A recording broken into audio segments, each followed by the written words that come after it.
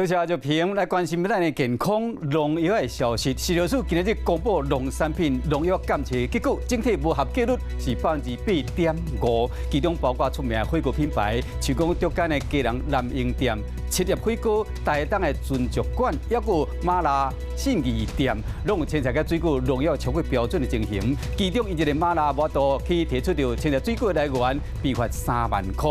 其他2间业者是提供上游供应商。和这个当地在地卫生局会上继续过去甲对站，这是上新的消息。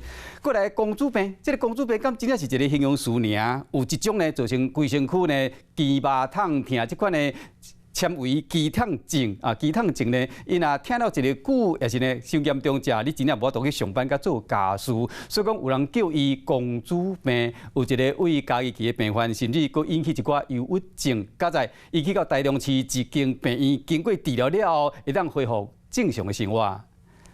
患者陈小姐4年前开始肩目电壳壳、规身躯痛痛、人目眩眩、忧郁、失眠等等。医师研判，陈小姐可能得到纤维肌痛症，佮叫做公主病。不定时、不定点的，只要全身有肌肉、有神经的地方都会痛。